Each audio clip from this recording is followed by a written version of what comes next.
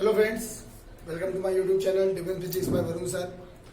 सभी स्टूडेंटों का हमारा ऑनलाइन प्लेटफॉर्म पे स्वागत है। बेटा, आज हम आपको अपना जो करंट इलेक्ट्रिसिटी का अगला वीडियो लेके आ रहे हैं। बहुत इंपॉर्टेंट टॉपिक है। मैंने आपको इसमें रेजिस्टेंस डिस्कस किया है, व्हीटस्टोन ब्रिज डिस्कस कर दिया है। आज हम जो कॉन्सेप्ट डिस्कस करेंगे वो इलेक्ट्रिक पोटेंशियल पे डिपेंड होगा। एक्चुअल में यूज ऑफ सबसे बहुत ज्यादा इंपॉर्टेंट क्वेश्चन जो बल्ब पे बेस्ड क्वेश्चन आते हैं, क्वेश्चन बेस्ड ऑन बल्ब और मेंस से रिलेटेड क्वेश्चन कैसे यूज आते हैं कि मेंस वाले क्वेश्चन बल्ब वाले क्वेश्चनों को कैसे यूज करना है, क्या करना है हमको उनमें, ये सबसे इंपॉर्टेंट पार्ट है। ओके, तो हम उन क्वेश्चनों का डिस्कशन स्टार्ट करेंगे।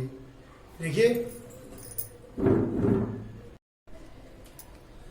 Hello friends, welcome to my YouTube channel defence physics by Varun sir.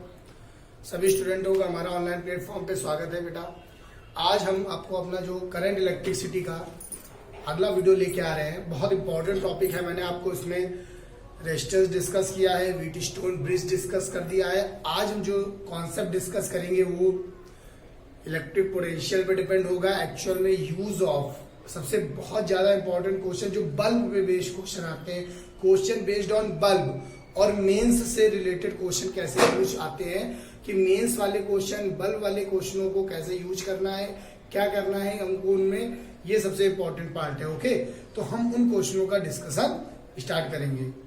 देखिए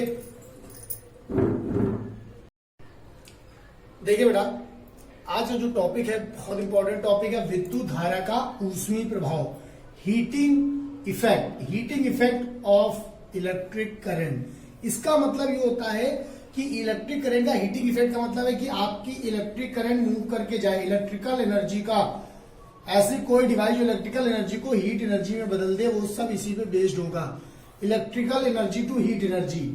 तो कभी भी ये आ जाए कि कौन सी डिवाइस इस पे बेस्ड है, डिवाइसेस नेम जो हीटिंग इफेक्ट देती हैं, ऐसी चीजें जो विद्युत धारा से चलती हो और गर्म हो जाती हो, वो सब डिवाइसेस इसी पर बेस्ड आता है। तो एक कॉन्सेप्चुअल क्वेश्चन आता है बेटा, एक सैद्धांतिक क्वेश्चन आता है, सिंपल क्वेश्चंस आते हैं। वो सिंपल क्वेश्चन ये होते हैं कि कोई डिवाइस नेम दिया होगा, 2-3 डिवाइसेस नेम होगा, पूछा जाएगा ये किस इफेक्ट पे बेस्ड है। जैसे आपसे आ गया वोल्टामीटर किस पे बेस्ड है, इलेक्ट्रिक आयरन किस पर बेस्ड है, फ्यूज किस पर बेस्ड है। तो ये कुछ डिवाइसेस हमको याद रखनी है। तो हम आते हैं, कुछ डिवाइसेस लिखा रहे हैं, इनको याद करिएगा। इनका कभी एनर्जी कन्वर्जन आ जाए तो इलेक्ट्रिकल टू हीट होगा, और कभी आ जाए किस इफेक्ट पे बेस्ड है तो हीटिंग इफेक्ट पे बेस्ड होंगे। सबसे पहला हीटर, तो आप जानते ही हो हीटर किस पे बेस्ड है, ये एक heat energy, electrical to heat energy वाले कॉन्सेप्ट पे है, इलेक्ट्रिकल टू हीट, विद्युत धारा के उसमें प्रभाव पे आधारित है हीटर। सेकंड आ गया इलेक्ट्रिक आयरन। इलेक्ट्रिक आयरन किस पर बेस्ड है बेटा, ये भी विद्युत प्रेस जो होता है, ठीक है। विद्युत प्रेस और प्रेस मतलब आयरन मानी स्त्री, वो जो कोयले वाला है वो अलग होता है, जो घर में यूज करते हैं इलेक्ट्रिक आयरन वो होता है electrical to heat. Okay, next point देखिए क्या है, हीटर के बाद क्या करते हैं, अगला पॉइंट आता है जैसे गीजर, जो इलेक्ट्रिकल गीजर होते हैं, गैस गीजर नहीं, गैस वाले नहीं, इलेक्ट्रिकल गीजर। तो इलेक्ट्रिक गीजर भी कह सकते हो क्योंकि ये भी गर्म कर रहा है, इलेक्ट्रिक गीजर। ओके, इसके अलावा कुछ इंपॉर्टेंट जो तो हमें समझ में आ जाती है कि ये इसी पर बेस्ड है, लेकिन कुछ और डिवाइसेस है जो हमें समझ में नहीं आती। तो 1 2 3, चौथी आपकी हो गई फ्यूज। जो फ्यूज वायर होता है, फ्यूज इसी पे बेस्ड होता है, क्योंकि फ्यूज का काम भी क्या होता है कि जब धारा आती है तो हीट करके जल जाता है, तो फ्यूज इस पे बेस्ड हो गया। नेक्स्ट बचा पांचवी डिवाइस जो हो गई, वो जो इस पे बेस्ड है, जो इलेक्ट्रिकल को हीट पे कन्वर्ट करती है या हीटिंग इफेक्ट पे बेस्ड होती है, वो किस पर बेस्ड है बेटा। तो फ्यूज के बारे में जब बात हो गई तो उसके बाद हमारा आता है नेक्स्ट पॉइंट आता है इलेक्ट्रिक बल्ब। ओके बेटा, इलेक्ट्रिक बल्ब, वैद्युत बल्ब भी इसी पर आधारित है। ओके, वैद्युत बल्ब इसी पर आधारित है। तो ये कुछ डिवाइसेस है जो विद्युत धारा के ऊष्मीय प्रभाव पर आधारित है और electrical energy to heat energy पे कॉन्सेप्ट पे बेस्ड है। ओके, तो ये बहुत इंपॉर्टेंट क्वेश्चंस यहाँ से क्रिएट हो रहे थे। ये डिवाइसेस, एक क्वेश्चन ये देगा इलेक्ट्रिकल कन्वर्जन से आ सकता है, ये डिवाइसेस नेम हो सकते हैं, या फिर यह आ सकता है कि ये किस इफेक्ट पे बेस्ड है, विद्युत धारा के ऑप्शन ऊष्मीय प्रभाव, रासायनिक प्रभाव, चुंबकीय प्रभाव, नन ऑफ दीज, ऐसे कुछ डिवाइसेस का क्वेश्चन बन सकता है। ओके बेटा, अब हम क्या करते हैं नेक्स्ट क्वेश्चन, जैसे इससे रिलेटेड हम आपको समझा रहे हैं कि और कैसे क्वेश्चन आपके हीटिंग इफेक्ट से रिलेटेड आ सकते हैं। ओके, तो नेक्स्ट इसी से रिलेटेड है, अगला क्वेश्चन देखते हैं कि किस तरीके से अगला क्वेश्चन आएगा, पेपर में क्वेश्चन कैसे पूछा जाएगा, देखते हैं नेक्स्ट क्वेश्चन।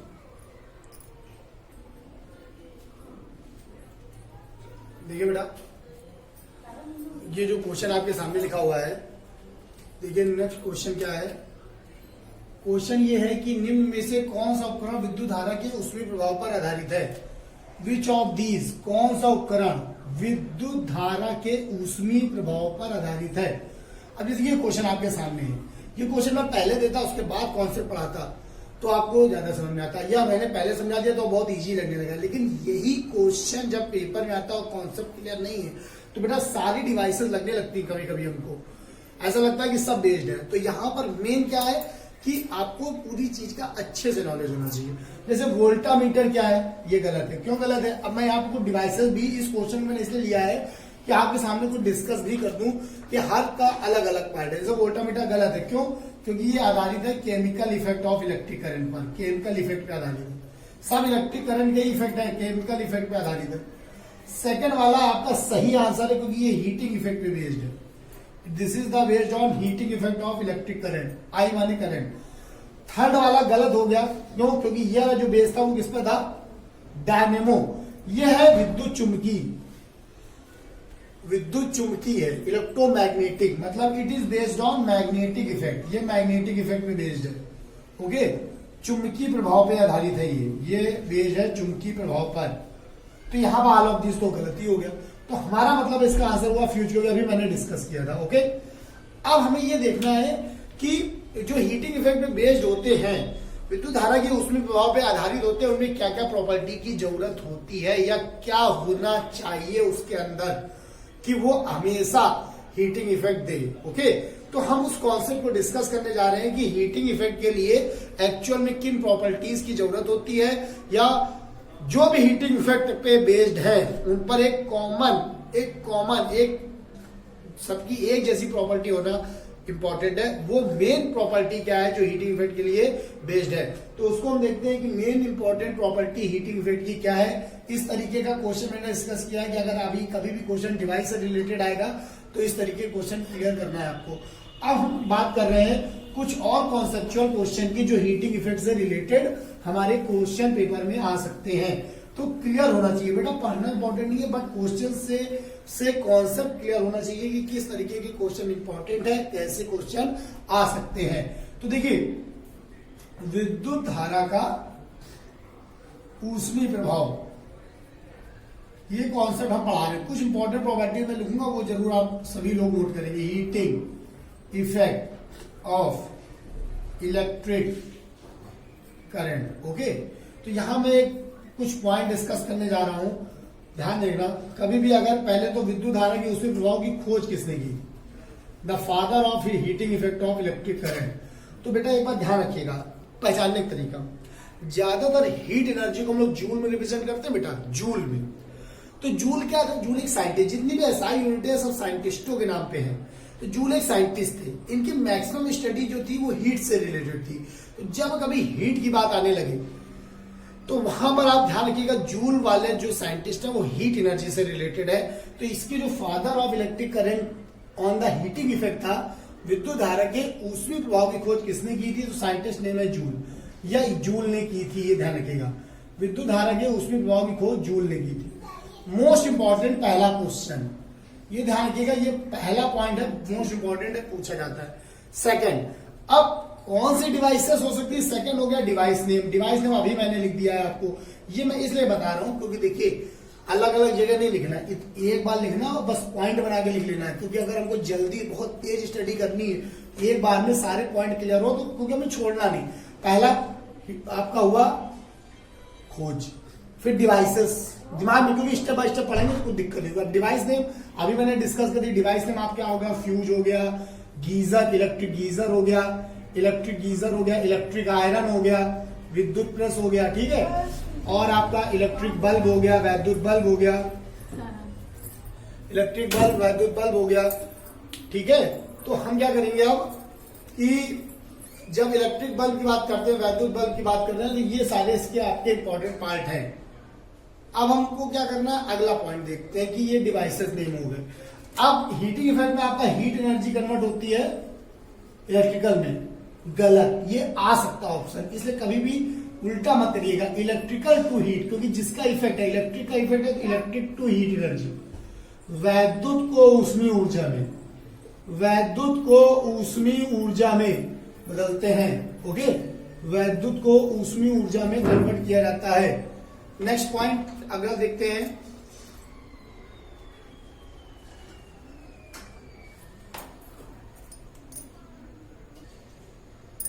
देखिए बेटा अगला पॉइंट क्या है, ये आपको समझ में आएगा। अब मेन जो सबसे मोस्ट इंपॉर्टेंट पॉइंट हम डिस्कस करने जा रहे हैं ये है बेटा कि जो तार यूज होगा ऐसी डिवाइसों में, जो भी वायर यूज होगा, जितने भी डिवाइस जो भी इतने को फॉलो करेगा या जो विद्युत धारा के उसी विभाग को फॉलो करेगा, उनमें जो वायर होंगे, वायर कनेक्ट करने वाले वायर नहीं, जिनसे वो बना हुआ है।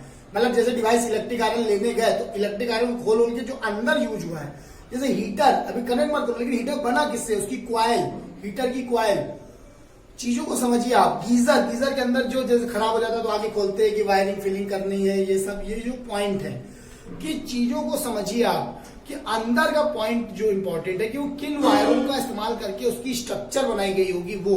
तो जो तार होंगे हमेशा प्रतिरोध तार का यूज किया जाएगा। अब कुछ लोग कहेंगे प्रतिरोध तार क्या होता है, प्रतिरोध तार उनको कहते हैं, रेजिस्टेंस वायर उनको कहा जाता है जो हमेशा, रेजिस्टेंस वायर उनको कहते हैं जिनका हमेशा हाई रेजिस्टेंस होता है। मतलब ये सबसे ज्यादा इंपॉर्टेंट प्रॉपर्टी है कि उच्च प्रतिरोध होना सबसे ज्यादा इंपॉर्टेंट है। ऐसी डिवाइसेस जिनमें उच्च प्रतिरोध होगा, बस वही डिवाइसेस ही हीटिंग इफेक्ट दे पाएंगे और कोई डिवाइस हीटिंग इफेक्ट नहीं देगी। तो हाई रेजिस्टेंस वाला हीटिंग इफेक्ट देगा, कभी भी निम्न प्रतिरोध हीटिंग इफेक्ट नहीं देगा। क्यों? क्योंकि जब प्रतिरोध ज्यादा होगा, जब आर ज्यादा होगी तो आई कम नहीं होगी, आई को रुकना पड़ेगा, रोकने का काम। जैसे कोई चीज बह रही, जब तुम कहीं जा रहे हो और किसी ने तुम्हें रोक दिया तो उसको गर्म कर दोगे, क्योंकि अगर तुम जा रहे हो कोई तुम्हें जबरदस्ती रोक दे तो गर्म कर दिया जाता कि नहीं। ये जैसे धारा बह रही, अब उसको तार है वो रोक रहा है तो रुकेगी, बट वो क्या करेगी, धीरे धीरे गर्म करने लगेगी डिवाइस को। तो यही चीज इंपॉर्टेंट है कि जब धारा रुकती है तो वो हीट एनर्जी में कन्वर्ट करने लगता है। ओके, तो ये सबसे इंपॉर्टेंट है कि उच्च प्रतिरोध होना डिवाइस में सबसे ज्यादा इंपॉर्टेंट है। तो कभी भी इनसे रिलेटेड ये क्वेश्चन यहां से बना कि जितनी भी डिवाइसेस मैंने अभी बताई हैं, अगर कभी भी आ जाए कि इनका प्रतिरोध कैसा होता है, तो अगर वो हीटिंग इफेक्ट वाली बेस्ड है या हीट करने वाली डिवाइस है तो उसका रेजिस्टेंस हमेशा कैसा होगा बेटा, हाई रेजिस्टेंस होगा। ये सबसे ज्यादा इंपॉर्टेंट पार्ट है, हाई रेजिस्टेंस होना सबसे ज्यादा इंपॉर्टेंट है हीटिंग इफेक्ट के लिए। ओके, तो इन पॉइंट्स को बिल्कुल दिमाग में बैठा लो, क्योंकि अगर कनेक्शन रखोगे तो हीटिंग इफेक्ट का कोई क्वेश्चन गलत नहीं होगा। और अगर आपने इस तरीके नहीं पढ़ाई करी है, इस तरीके से नोट्स नहीं बनाए हैं, इस तरीके से एक जगह लिखा हुआ नहीं है, तो आप ये समझ लीजिए क्वेश्चन क्लियर नहीं कर पाओगे। ओके, तो आते हैं हम अगला कॉन्सेप्ट अगले तरीके से समझने के लिए कि ये पेपर में क्वेश्चन कैसे और भी पूछे जा सकते हैं। ओके, तो हम बात करते हैं नेक्स्ट क्वेश्चन की। देखिए बेटा, ये क्वेश्चन बहुत बार पेपर में पूछा जा सकता है कि फ्यूज तार में कौन सा गुण होना चाहिए, which property is present in fuse wire. Okay, तो ये ध्यान रखिए, फ्यूज वायर जैसे अगर आपको याद रहा कि ये हीटिंग इफेक्ट पे बेस्ड है, तो एक चीज तो हमें क्लियर होगी कि फ्यूज वायर का काम अगर हीटिंग इफेक्ट है तो हाई रेजिस्टेंस जरूर होगा, हाई रेजिस्टेंस जरूर होगा। अब अगर मान लीजिए आप इसको पहचान भी गए तो लो रेजिस्टेंस वाला तो काट ही दो, अब बचा दूसरा और चौथा, मतलब ये भी सही होगा ये भी, लेकिन अब इसके साथ एक प्रॉपर्टी और जुड़ी हुई है, हाई मेल्टिंग पॉइंट और लो मेल्टिंग पॉइंट। तो अब कौन सा सही होगा, तो एक बार ध्यान दीजिए, फ्यूज वायर का आप यूज देखिए, यूज ऑफ फ्यूज वायर किसमें होता है, यूज ऑफ फ्यूज वायर होता है बेटा, फ्यूज वायर का इस्तेमाल होता है हमारे मेन जो होता है कि मेंस, जैसे मीटर लगा है तो मेंस के बाद एक फ्यूज वायर होता है, फ्यूज वायर के बाद ये हमारे डिवाइसेस लगे होते हैं। ओके, तो ये होता है कि धारा चल रही होती है उसमें फ्यूज वायर, अगर ये गल करके टूट जाए तो आगे धारा नहीं जाएगी। अगर अचानक धारा आ जाए, जब अचानक धारा आ जाएगी तो क्या होगा बेटा, अचानक धारा आने से होता इंपॉर्टेंट ये होता है कि जो चीज है अचानक धारा आ गया और अगर हमारे डिवाइसेस में चली गई तो वो फ्यूज हो जाएंगे। इसका नाम ही फ्यूज इसलिए पड़ा कि फ्यूज हो जाएंगे, फ्यूज होने का मतलब खराब हो जाएंगे। फ्यूज का मतलब है ये क्या करता है, ये खुद में उस धारा को रोक लेता है और गल करके टूट जाता है। जैसे वायर टूट जाएगा, कनेक्शन तोड़ देगा इनके बीच का, तो ये बच जाएंगे। तो ये क्या करता है, अपना बलिदान देता है एक तरीके से, ऊपर ध्यान रखिए, ये अपना बलिदान देता है। तो हाई रेजिस्टेंस है, low melting point, low melting माने निम्न गलनांक, निम्न गलनांक, ध्यान रखिएगा, ये समन मेल्टिंग पॉइंट माने गलनांक होता है। तो high resistance low melting point इसका मोस्ट इंपॉर्टेंट यूज है। हाई रेजिस्टेंस और लो मेल्टिंग पॉइंट इसका मोस्ट इंपॉर्टेंट यूज है, ध्यान रखिएगा। देखिए high resistance and low melting point. देखिए बेटा, तो अभी आपने फ्यूज वायर के बारे में जाना, तो ओके, तो फ्यूज वायर मोस्ट इंपॉर्टेंट था, तो उसमें आपको एक दो प्रॉपर्टी लिख लेनी। फ्यूज वायर हाई रेजिस्टेंस और लो मेल्टिंग पॉइंट पर बेस्ड है। ओके, लो मेल्टिंग पॉइंट, निम्न गलनांक, इसको हमेशा याद रखिएगा, बहुत इंपॉर्टेंट है। उच्च प्रतिरोध।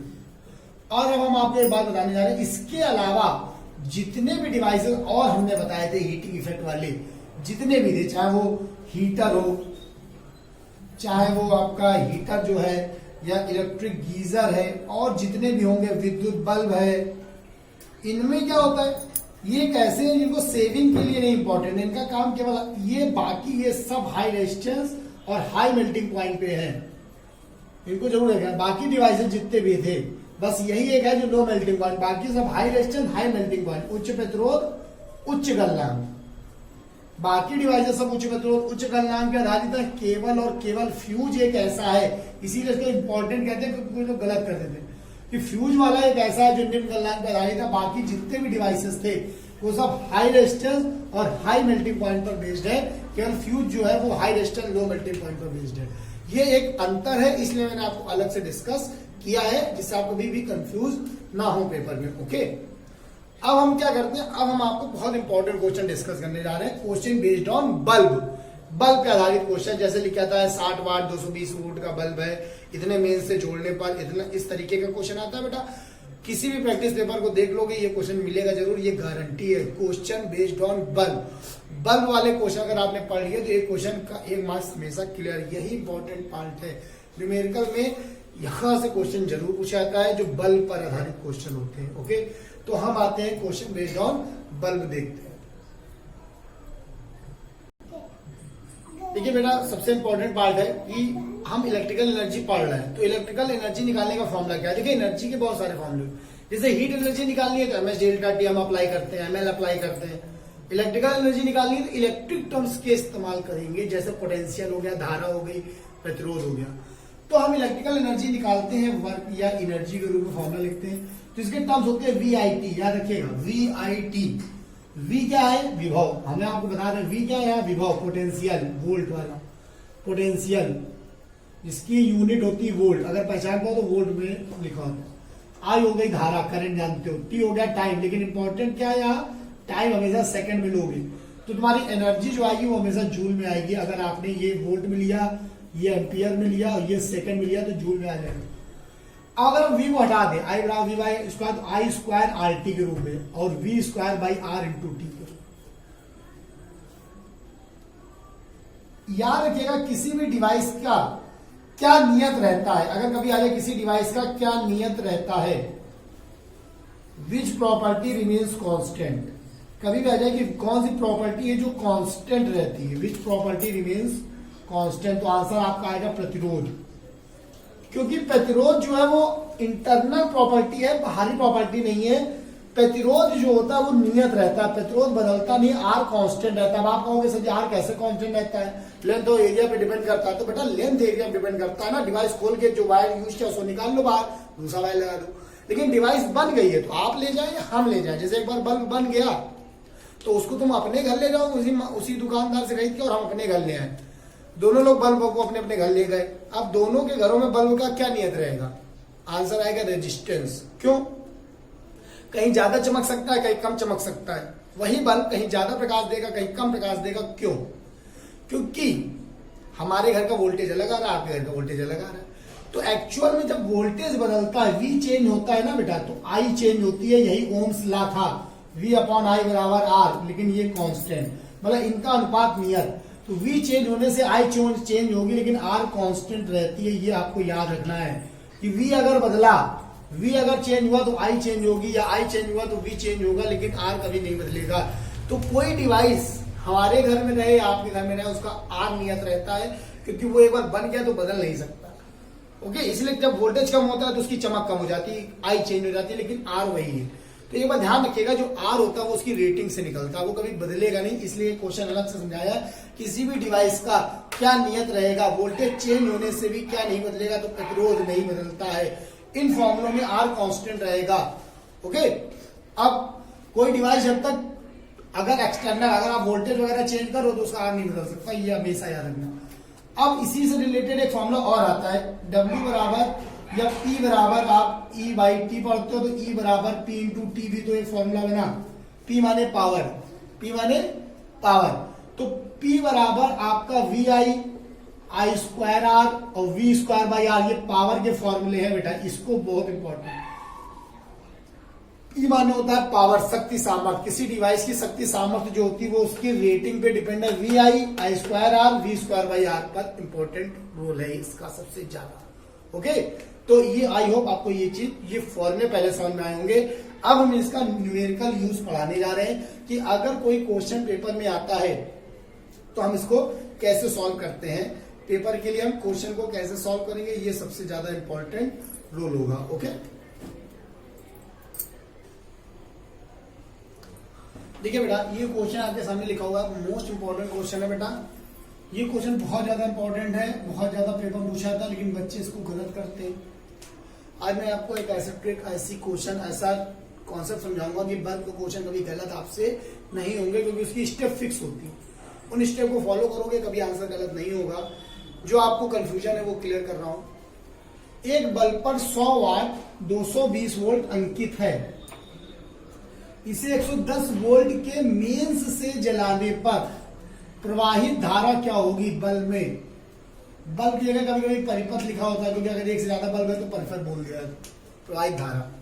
अब बल्ब इज रेटेड, ये उसकी रेटिंग है कि बल्ब में कोई भी बल्ब खरीद के लाते हो उसमें लिखा नहीं होता 100 वाट का, इतने वोल्ट का, ये उसमें रेटिंग हर डिवाइस के ऊपर लिखी होती है। ध्यान दीजिए, कोई भी इलेक्ट्रॉनिक डिवाइस खरीद के लाओ उसके ऊपर रेटिंग जरूर लिखी होती। क्यों लिखी होती है?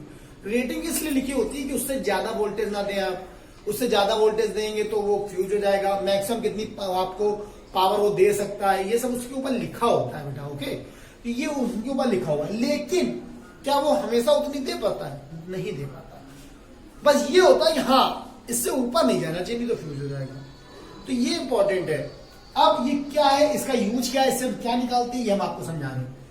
अब इसको समझिए जरा, हम आपको एक सामने ये बना रहे हैं, एक बल्ब हो गया, इस पर लिखा हुआ है 100 वाट 220 वोल्ट, ये हो गया मेंस हुआ, ये हमारे घर का मीटर है, और ये 110 वोल्ट का ही है। हम उसको ले तो आए और अपने मीटर में कनेक्ट कर लिया।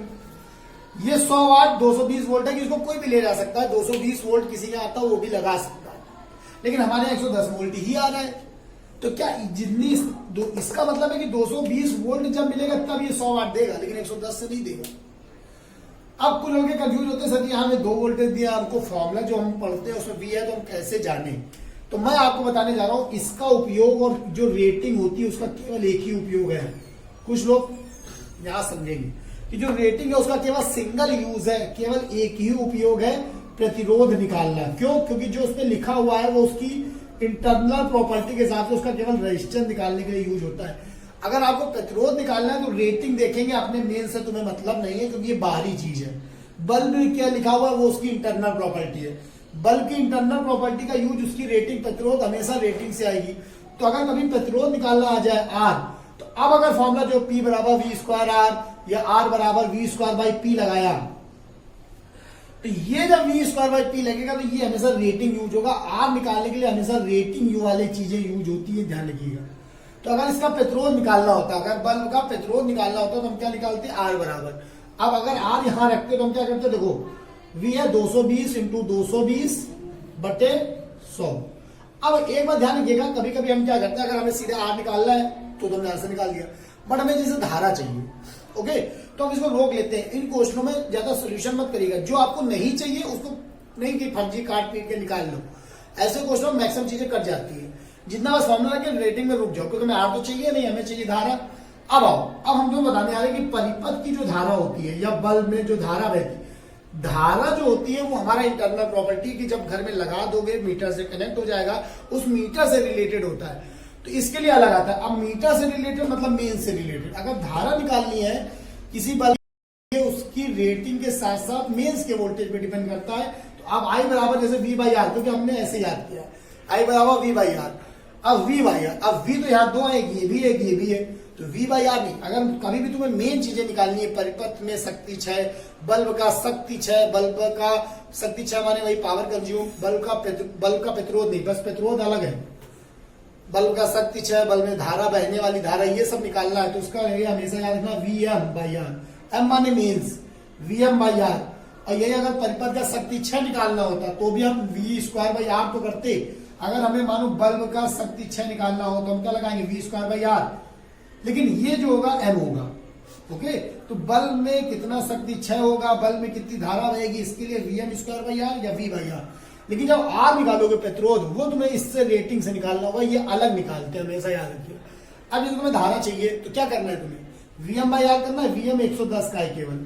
अब आपको क्या करना है, वी एम बाई आर कर देना है। तो आर आपका यहां से आ चुका था, आप उठा के वैल्यू पुटअप करो, 220 बटे 100, ये आपके दो कट गया, 22 पंचे 110 होता, 5 बटे 22 एम्पियर, ये तुम्हारा धारा का आंसर आ गया। सभी लोग इसको नोट करें, ये हमने बल्ब में प्रवाहित धारा आपको निकलवा दी। बल्ब का अगर प्रतिरोध निकालना होता है, प्रतिरोध कैसे निकालो, प्रतिरोध भी निकालना सिखा दिया, बल्ब में प्रवाहित धारा क्या है वो भी सिखा दिया आपको। ओके, तीसरा पॉइंट, अगर कभी बल्ब का शक्ति क्षय आ जाए तो कैसे निकालोगे, तो पहले इतना नोट कर लो सभी लोग, स्क्रीनशॉट ले लो, वीडियो को धीरे धीरे बहुत अच्छे से समझ लीजिएगा, स्टॉप करते हुए, पॉज करते हुए स्क्रीनशॉट ले लीजिए। और एक बार अगर इस तरीके क्वेश्चन कर लिए, गारंटी है कि लाइन से सारे क्वेश्चन लगाना स्टार्ट कर दीजिएगा बल्ब वाले, एक भी क्वेश्चन गलत नहीं होगा। बस आज का वीडियो लास्ट तक आपको देखना है, अगर आपने स्किप करके देखा तो फिर आपको आंसर नहीं आएगा। ये ध्यान रखिए, अगर आप चाहते हो ये क्वेश्चन आज गलत ना हो तो वीडियो में बिल्कुल बराबर एक एक पॉइंट को अच्छे से क्लियर करिए, दो बार देखिए। तो हम आते हैं अगला पॉइंट डिस्कस करते हैं इसी क्वेश्चन। ठीक है बेटा, जो हमने पिछला क्वेश्चन कराया उसमें आपको बल्ब में प्रवाहित धारा का मान पूछा गया। ओके, अब इसी क्वेश्चन में अगर कभी आ जाए बल्ब में शक्ति क्षय क्या होगा, power consumed in the bulb, अगर ये क्वेश्चन आ जाए कि power consumed in the bulb क्या होगा, तो वही कॉन्सेप्ट है बेटा। ध्यान दो, यहाँ पे आपको लिखना है तुरंत, जो एक बल्ब तुरंत बल्ब बन गया 220 वोल्ट 100 वाट, इससे 110 मेंस लिखा, तुरंत मेंस ऐसे लिख के 110 वोल्ट लिख लो।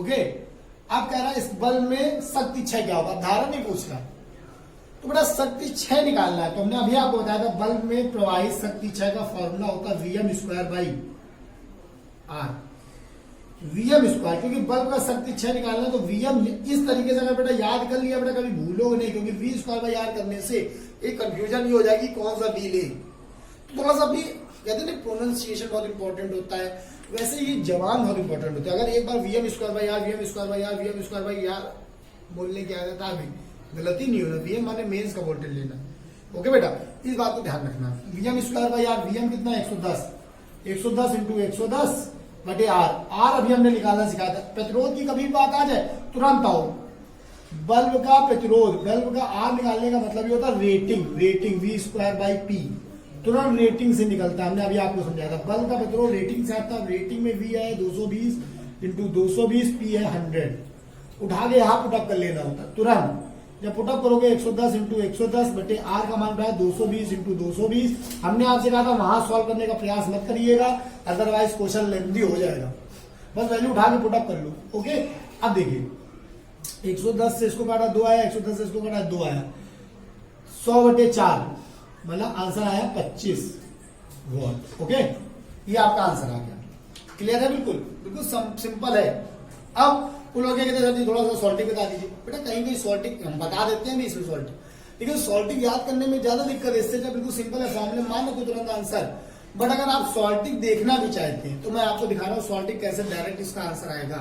ओके, तो सॉल्टिंग अगर आप देखना चाहते हैं तो दिमाग लगाइए, हमने अभी आपको समझाया कि आर तो बदलना नहीं है, जब आर नहीं बदलना है और अगर आप पी बराबर वी स्क्वायर बाई आर की बात करो, आर बदलना नहीं है तो P proportional to V square, V के स्क्वायर पे डिपेंड कर रहा है कि अगर वी दुगना हुआ तो पावर 4 गुनी हो जाएगी, अगर वी दुगना हुआ तो पावर 4 गुनी, अगर 2 का स्क्वायर करोगे तो 4 गुना, और लेकिन अगर वी आधा हुआ तो 1/4 बचेगा।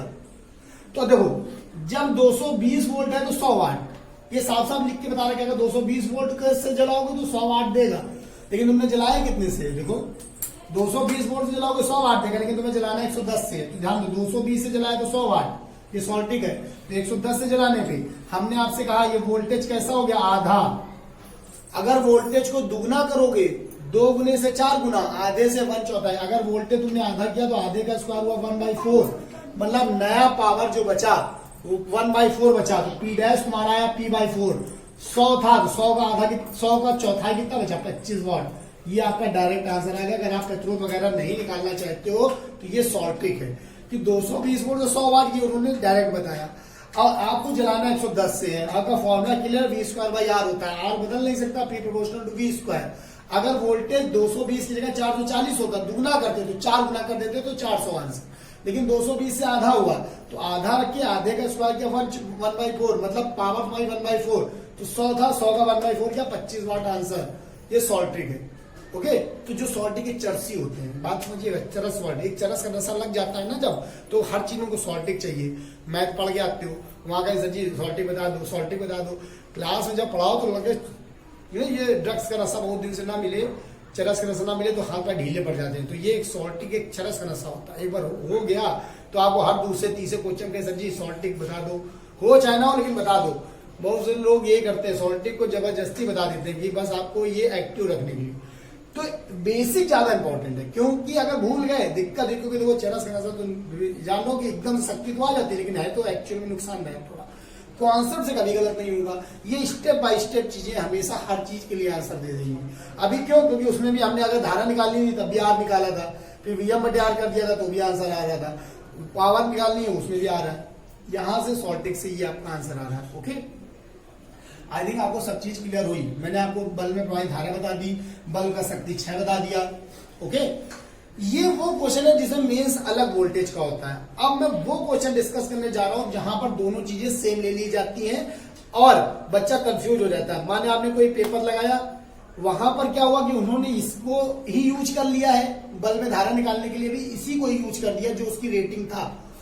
तो आप वहां से ये सीख जाते हो कि ये रखा वही रख लें, लेकिन वो गलती है। मैं अभी बताने जा रहा हूं कि इस क्वेश्चन और अगले क्वेश्चन में डिफरेंस क्या है। ये आपके दिमाग में कंफ्यूजन कहां से आती है कि इस बहुत से लोग कमेंट भी कर सकते हैं सर जी ये वाला वोल्टेज भी यूज किया जाता है धारा में, तो वो किन कंडीशंस में रेटिंग वोल्टेज ही मेंस वोल्टेज बनता है, वो कंडीशन देख लीजिए कि किन कंडीशंस में रेटिंग वोल्टेज ही मेंस के वोल्टेज की तरीके वर्क करता है। वो कंडीशन बताने जा रहे हैं। बस वो कंडीशन अगर होंगी तो यूज होगा, लेकिन अगर वो कंडीशन नहीं हुई, अलग अलग किसी तरीके करना पड़ेगा। तो अगला मोस्ट इंपॉर्टेंट क्वेश्चन जो हम डिस्कस कर रहे हैं उसको देखिए। देखिए बेटा, अब जो मैं क्वेश्चन डिस्कस कर रहा हूं, इस क्वेश्चन में एक नई चीज है कि मेंस का वोल्टेज ही गायब है। अब आप भी आप कहोगे सर आपने तो कहा था प्रवाहित धारा निकालने के लिए। अब प्रवाहित धारा, बल्ब में प्रवाहित धारा जैसे ये दिखे, current flowing in the electric bulb, ये दिख गया, आपने तुरंत लिखा करंट इन बल्ब। बल्ब की करंट को हमने अभी आपको पढ़ाया VM/R। अब आप कहोगे सर जब मैं ऐसे तो बल्ब जोड़ दिया, लिखा यहाँ 220 volt 100 watt, but mains is absent, mains है ही नहीं, VM तो यहाँ दिया ही नहीं गया। अब क्या करोगे, जब यही एक कंडीशन है कि या तो कंडीशन नंबर 1 या तो सीधे VM/VR दिया हो, रेटिंग वाला समझ पाइए, रेटिंग लिखा है मेंस, ये डायरेक्ट दिया हो कि 220 यहां भी 220 यहां तो बराबर। कंडीशन नंबर 2, यदि मेंस वोल्टेज ना दिया हो तो रेटिंग वोल्टेज ही मेंस वोल्टेज माना जाएगा। ये इंपॉर्टेंट है कि अगर ना दिया हो तो VM/VR लिख सकते हो, क्योंकि क्वेश्चन सॉल्व करने का मतलब यही है कि यहां पर वो अपनी मैक्सिमम पे वर्क कर रहा है। और एक बात, अगर VM/VR आ गया या कभी लिख के आ जाए बल्ब में अधिकतम धारा Imax निकालने को आ जाए, Imax पूछ लिया जाए तो भी VM/VR ही होगा। VM/VR में ही Imax हो सकती है। अगर उसमें बस ये लिख दिया बल्ब में प्रवाहित अधिकतम धारा बताइए, अधिकतम धारा का मतलब ये है कि मेंस का वोल्टेज और रेटिंग वोल्टेज सेम होना चाहिए। तो कुछ कंडीशंस है कि कब हमें सेम करना है, अधिकतम धारा पूछे तो सेम करना है, ना दिया गया हो तो सेम वैल्यू रखनी है। आई बस समझ में, ये नहीं कि आप लगाओगे नहीं क्वेश्चन छोड़ दो, ऐसा नहीं। जब नहीं दिया जाता है या अधिकतम धारा या अधिकतम शक्ति 6 पूछ लिया जाए तो भी, अब अधिकतम शक्ति 6 पूछे तो सीधे आंसर ही है 100 वाट। ओके, ये सबसे इंपॉर्टेंट है कि आपको करना क्या है, ये सबसे ज्यादा इंपॉर्टेंट है कि बल्ब की अधिकतम धारा अधिकतम शक्ति 6 कैसे निकालेंगे। इस क्वेश्चन में अगर आपको धारा निकालनी है तो हमने आपको समझाया VM/R करना है। अब जैसे तुमने देखा नहीं दिया Vm बराबर VR, अब अगली एक चीज और समझा रहे हैं, इससे इंपॉर्टेंट है कि अब Vm बराबर VR तो मतलब अब जो निकल रही हो I max निकलेगी। तो अगर आप R नहीं निकालना चाहते, जब I max निकालोगे तो तुम सीधे कर सकते हो P by V, क्योंकि P बराबर VI होता है।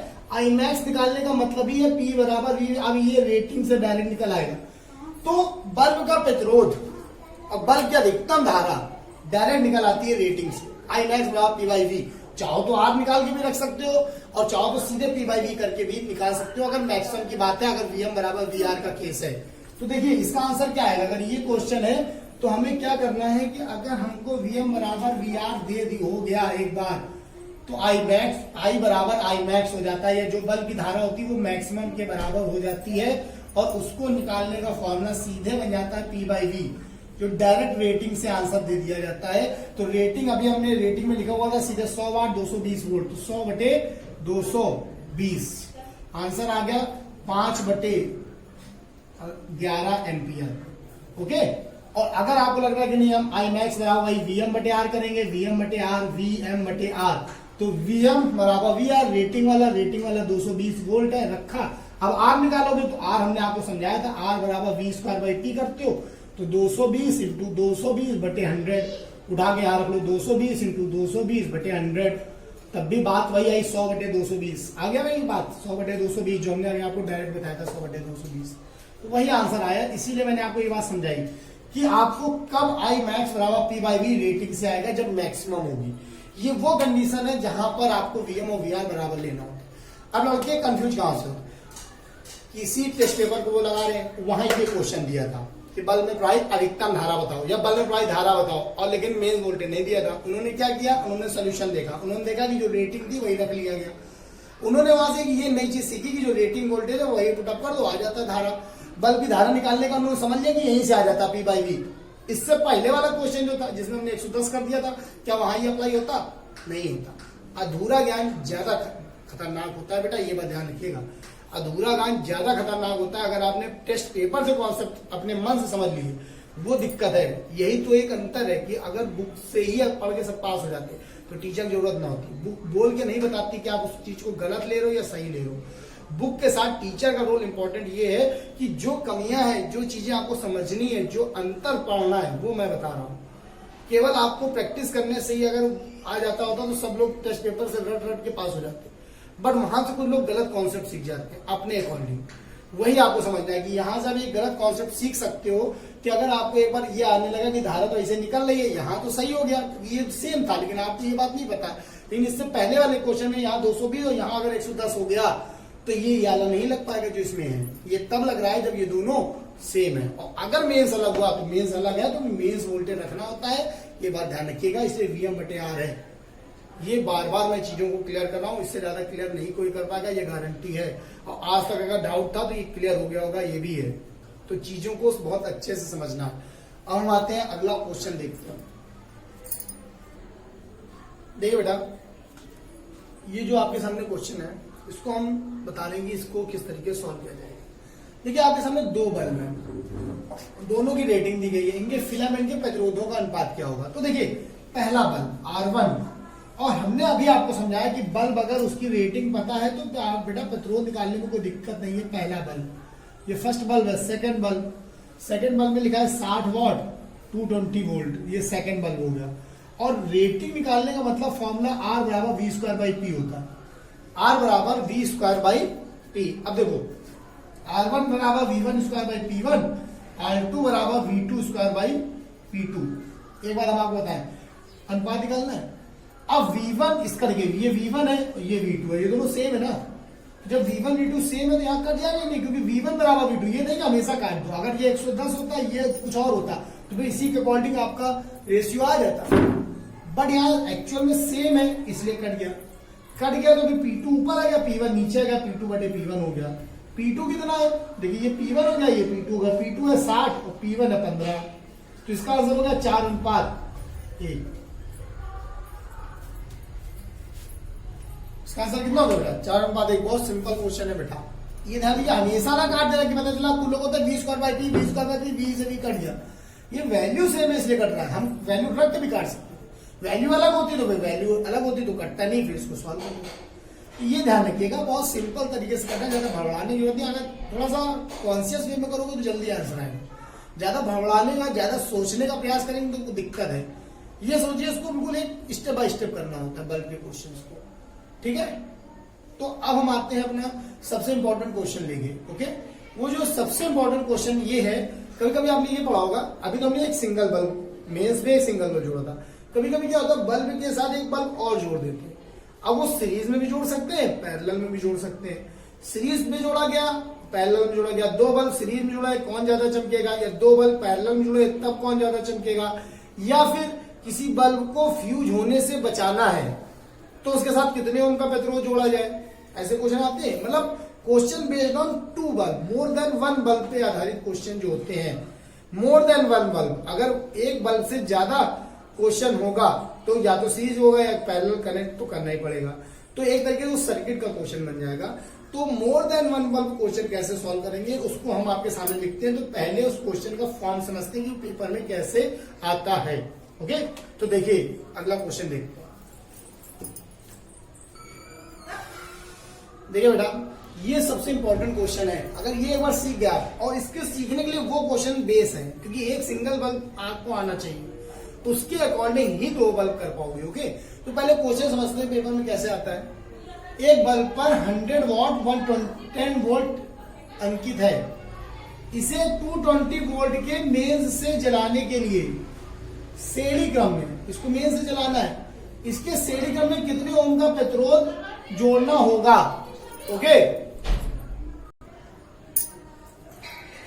देखो बेटा, इसको आपको समझना है। अब हम आपको एक बता देंगे हमें क्या जरूरत पड़ी इसके श्रेणी क्रम में बल्ब को जोड़ने की। अब bulb is rated eight 100 what and 110 volt when it is connected with 220 volt. अब 220 वोल्ट से कनेक्ट हो गया ना मेन बात। बल्ब ध्यान दो, बल्ब जो है वो 100 वॉट 110 वोल्ट का था, इससे हमने कनेक्ट कर दिया है 220 वोल्ट से। तो क्या जल पाएगा? क्षमता ज्यादा दे दोगे तो फ्यूज हो जाएगा, कोई भी चीज हो।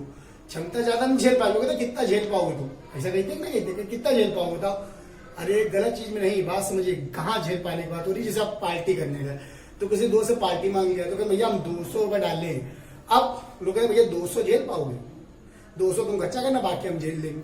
लेकिन वो तुम तब झेलोगे जब वो 200 झेल लेगा। अगर 100 रुपए बिल आया तो वही देगा, 200 आया वही देगा। लेकिन 210 आ गया, 300 आ गया, पहले 200 उसके बचे पैसे मिला के तुम उसको झेलोगे, क्योंकि उसने पहले मना कर दिया है कि आप मुझे पार्टी नहीं दे पाएंगे, 200 पैसे हम इस रेस्टोरेंट में नहीं जाएंगे। लेकिन किसी ने उसका सपोर्ट किया, अरे बढ़ो बेटा, हम हैं पीछे से, हम पीछे से हैं, तुम जितना झेल पाना बाकी हम झेलेंगे। लेकिन वो बाकी के झेलेगा, पहले तो उसको झेलना पड़ेगा। तो इसके साथ एक सपोर्ट के रूप में एक दूसरा बल्ब जुड़ा है। रेटिंग नहीं पता, लोग कहते भैया रेटिंग ही नहीं पता, मैंने हमने कही हम झेल लेंगे, तो तुम्हें ये थोड़ी बताएंगे कितने पैसे और कितनी रेटिंग है। बस ये कह देंगे कि अगर 300 बिल आया तो 100 ले लेना, 500 आया और ले लेना, 200 खर्चा करेंगे बाकी हम झेल लेंगे। एक सपोर्ट है, किसी को किसी से लड़वाना हो, एक बहुत कमजोर आदमी हम नहीं लड़ पाएंगे, किसी ने कह दिया। जैसे सुग्रीव, अभी रामायण देखा होगा आपने, सुग्रीव बाली को ललकारने लगा था तो लोग ने क्या कहा कि कोई ना कोई इसके पीछे है, क्योंकि इसमें तो वो ताकत नहीं कि हमको ललकार ले। बात समझो। तो इसके लिए, क्योंकि ये साफ साफ दिख रहा है 110 वोल्ट को 220 वोल्ट से लड़ने के लिए जोड़ दिया गया है। तो ये सो सिंपल सी बात है, अंधा भी देख के बता देगा फ्यूज हो जाएगा। लेकिन अगर इसको जोड़ा गया और ये जल भी रहा है, इसमें लिखा है so that may not fuse, ये जलता रहे, इसका क्या मतलब है कि इसके साथ कोई ना कोई है जो इसको वो शक्ति लड़ने की प्रदान कर रहा है। तो बस वही पूछा जा रहा है कि वो R2 कितना होगा, इस बल्ब की क्या है, कितना एक्स्ट्रा ये झेल पा रहा है, ओके। तो ये क्वेश्चन कैसे आप सॉल्व करोगे? वैसे अगर इसको हटा लो तो ये फ्यूज डायरेक्ट, लेकिन इसके साथ ये लगा हुआ है तो ये इसकी ताकत से इसको झेले ले रहा है, तो इसका मतलब इसको बैक सपोर्ट कहीं से है, बस वही फाइंड आउट करना है। तो कहते नहीं पता करो इसके पीछे किसका हाथ है, इसके पीछे कौन है, बात समझ रहे आप? तो यही क्वेश्चन आपको निकालना है। तो ये क्वेश्चन आप कैसे कर पाओगे, किस तरीके से इसका आंसर निकाला जाएगा, ये हमारा अगले वीडियो में आपको बताया जाएगा। नेक्स्ट वीडियो, इस क्वेश्चंस को अच्छे से करने के लिए आपको नेक्स्ट वीडियो जरूर देखना। हमारा नेक्स्ट वीडियो आपको अपलोड होगा, उसमें इसका सोल्यूशन होगा। This is the comment box question हो गया आपके लिए कि इसके आगे आप सब लोग इसको ट्राई करेंगे और हमारे कमेंट बॉक्स में इसका आंसर प्रोवाइड करेंगे कि R2 का आंसर क्या आ रहा है। और इसके सोल्यूशन को जानने के लिए आपको नेक्स्ट वीडियो हमारा देखना है, उसको वेट करना है। तो इसका सोल्यूशन नेक्स्ट वीडियो में होगा। कैसे सबके सोल्यूशन जाने जाएंगे ये हम आपको नेक्स्ट वीडियो में बताएंगे, ओके बेटा।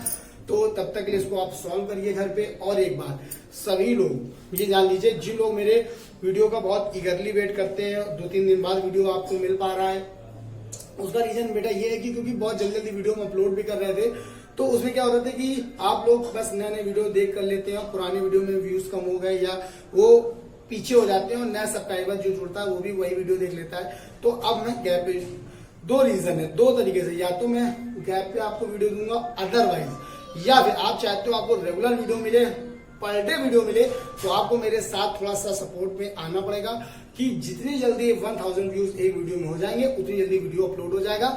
ये बात ध्यान रखिएगा, मेरे हर वीडियो में विद इन वन डे के अंदर 600 से 700 व्यू हमेशा हो जाते हैं। बस क्योंकि ये जितने इगरनेस वाले लड़के होते हैं वो जल्दी देख लेते हैं, बट वो शेयर नहीं करते। अगर आपने एक शेयर भी कर दिया तो विद इन वन डे हमारा 24 घंटे का टारगेट मेरा है।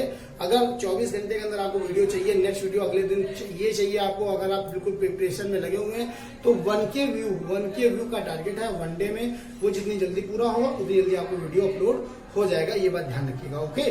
तो ये भी एक मैसेज कन्वे करना था इस वीडियो के थ्रू कि 1K व्यू के बाद ही नेक्स्ट वीडियो अपलोड होगा। तो आप लोग इसको जितनी जल्दी आप वीडियो चाहते हैं उसके लिए आपको उतना शेयर करना पड़ेगा। लाइक करिए, शेयर करिए, क्योंकि क्वेश्चन बहुत इंपॉर्टेंट पढ़ा रहा हूँ, ये 100% आने वाले क्वेश्चन हैं। ओके बेटा, तो मिलते हैं नेक्स्ट वीडियो में, तब तक जय हिंद।